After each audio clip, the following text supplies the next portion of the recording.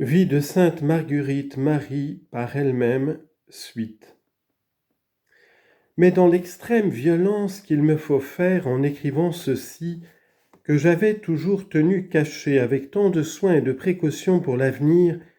tâchant même de n'en conserver aucune idée dans ma mémoire, afin de tout laisser dans celle de mon bon maître, auquel j'ai fait mes plaintes dans la grande répugnance que je sens. Mais il m'a fait entendre et dit, « Poursuis, ma fille, poursuis, il n'en sera ni plus ni moins pour toutes tes répugnances. Il faut que ma volonté s'accomplisse.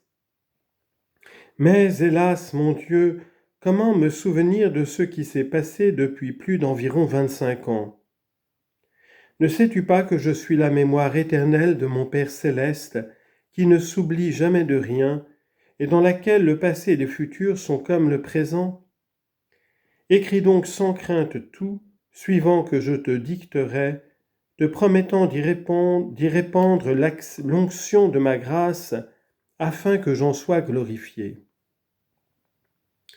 Premièrement, je veux cela de toi pour te faire voir que je me joue en rendant inutiles toutes les précautions que je t'ai laissé prendre pour cacher la profusion des grâces dont j'ai pris plaisir d'enrichir une aussi pauvre et chétive créature que toi, qui n'en doit jamais perdre le souvenir pour m'en rendre de continuelles actions de grâce.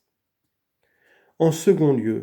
pour t'apprendre que tu ne te dois point approprier ces grâces, ni être chiche de les distribuer aux autres, puisque je me suis voulu servir de ton cœur comme d'un canal pour les répandre selon mes desseins dans les âmes,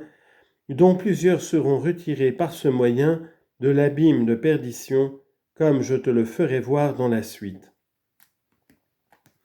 Et en troisième lieu, c'est pour faire voir que je suis la vérité éternelle qui ne peut mentir,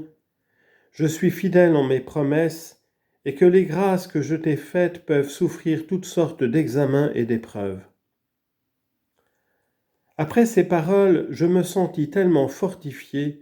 que malgré la grande crainte que je sens que cet écrit ne soit vu, je suis résolu de poursuivre quoi qu'il m'en coûte pour accomplir la volonté de mon Maître souverain. La plus rude de mes croix était de ne pouvoir adoucir celle de ma mère, qui m'était 100 fois plus dure à supporter que les miennes, quoique je ne lui donnais pas la consolation de m'en dire un mot,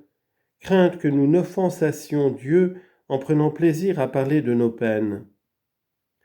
Mais c'était dans ces maladies où ma souffrance était extrême, car étant tout abandonnée à mes petits soins et services, elle souffrait beaucoup. D'autant que tout se trouvait quelquefois fermé à clé, il me fallait aller mendier jusqu'aux œufs et autres choses nécessaires aux malades. Ce n'était pas un petit tourment à mon naturel timide, encore chez des villageois qui m'en disaient souvent plus que je n'aurais voulu. Et dans un mortel érésipèle qu'elle eut à la tête d'une grosseur, rougeur et dureté épouvantables, où on se contenta de la faire une saignée par un petit chirurgien de village qui passait, lequel me dit qu'à moins que d'un miracle elle n'en pouvait revenir, sans que personne s'en affligeât, ni mit en peine que moi, qui ne savais où recourir ni à qui m'adresser, sinon à mon asile ordinaire, la très sainte Vierge, et à mon souverain maître, à qui seul je pouvais découvrir les angoisses où j'étais continuellement plongé, qui ne recevant parmi tout cela que des moqueries, injures et accusations, je ne savais où me réfugier. Étant donc allé à la messe le jour de la circoncision de notre Seigneur, pour lui demander d'être lui-même le médecin et le remède de ma pauvre mère, et de m'enseigner ce que je devais faire, ce qu'il fit avec tant de miséricorde qu'étant de retour, je trouvai sa joue crevée avec une large plaie d'environ la paume de la main, qui jetait une puanteur insupportable, et personne n'en voulait approcher. Je ne savais point panser les plaies, et même ne les pouvais voir ni toucher auparavant celle-ci, pour laquelle je n'avais autre onguent que ceux de la divine providence. J'y coupais tous les jours beaucoup de chair pourrie,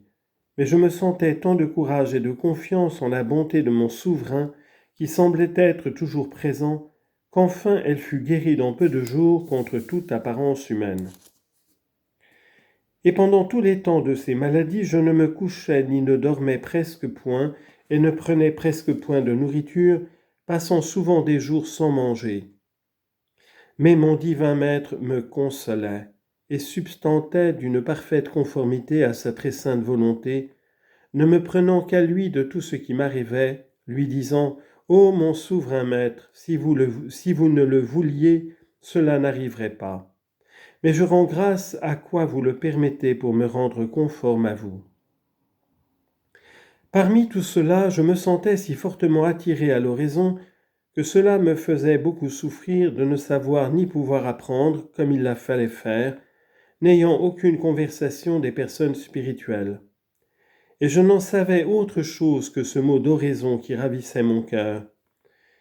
Et m'étant adressé à mon Maître souverain, il m'apprit, comme il voulait que je la fisse, ce qui m'a servi toute ma vie.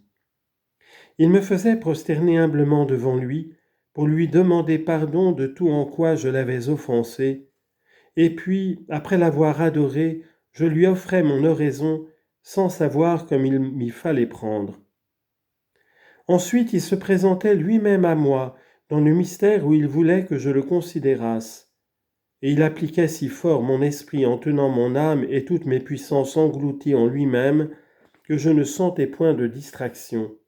Mais mon cœur se sentait consommé du désir de l'aimer,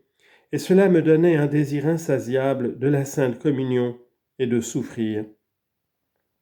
Mais je ne savais comment faire. Je n'avais pas du temps que celui de la nuit, que je n'en prenais ce que je pouvais, et quoique cette occupation me fût plus délicieuse que je ne le peux exprimer, je ne la prenais pas pour une oraison, et me sentais continuellement persécuté de la faire, lui promettant qu'aussitôt qu'il me l'aurait appris, j'y emploierais tout le temps que je pourrais.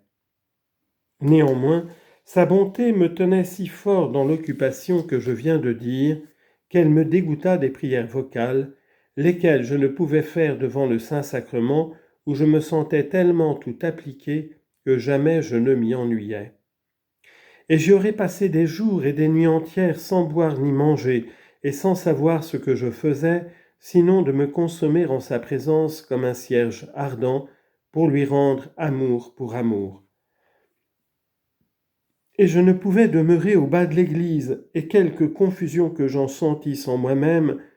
je ne laissais de me mettre tout le plus proche que je pouvais du très saint sacrement. Je n'estimais heureuse et ne portais envie qu'à celle qui pouvait communier souvent et qui avait la liberté de pouvoir demeurer devant le très saint sacrement, bien qu'il soit vrai que j'y employais très mal mon temps et que je crois que je ne faisais que le déshonorer. Je tâchais de gagner l'amitié des personnes dont j'ai parlé ci-dessus, afin d'obtenir quelques moments pour le Saint-Sacrement. Il arrivait qu'en punition de mes péchés, je ne pouvais point dormir les veilles de Noël, et le curé de la paroisse criant tout haut à son prône que ceux qui n'auraient pas dormi ne devaient point communier qu'ils le l'eussent fait, et moi, ne le pouvant, je n'osais pas communier.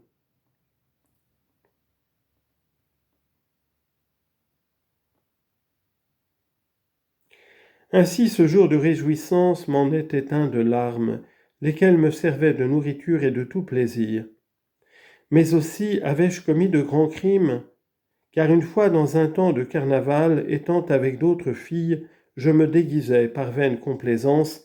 ce qui m'a été un sujet de douleur et de larmes pendant toute ma vie, aussi bien que la faute que je commettais en prenant des ajustements de vanité, par ce même motif de vaine complaisance aux personnes citées ci-dessus, et lesquelles Dieu a fait servir d'instruments à sa divine justice, pour se venger des injures que je lui ai faites par mes péchés, bien que ce fussent personnes vertueuses, lesquelles ne pensaient point faire de mal en tout ce qui s'est passé à notre égard. Et je croyais de même qu'elles n'en faisaient point, puisque c'était mon Dieu qui le voulait ainsi, et je ne leur en savais point mauvais gré. Mais hélas, mon Seigneur, ayez pitié de ma faiblesse. Dans l'extrême douleur et confusion que vous imprimez si vivement en moi, en écrivant ceci, de vous avoir si longtemps résisté à le faire. Soutenez-moi, mon Dieu, afin que je n'y succombe sous la rigueur de ces justes reproches. Non, je proteste, moyennant votre grâce, de ne vous jamais résister. Quand il m'en devrait coûter la vie, et m'attirer tous les mépris des créatures, et armer contre moi toutes les fureurs de l'enfer, pour vous venger de mes résistances, dont je vous demande pardon, et la force d'achever ce que vous désirez de moi, quelque répugnance que mon amour-propre m'y fasse sentir.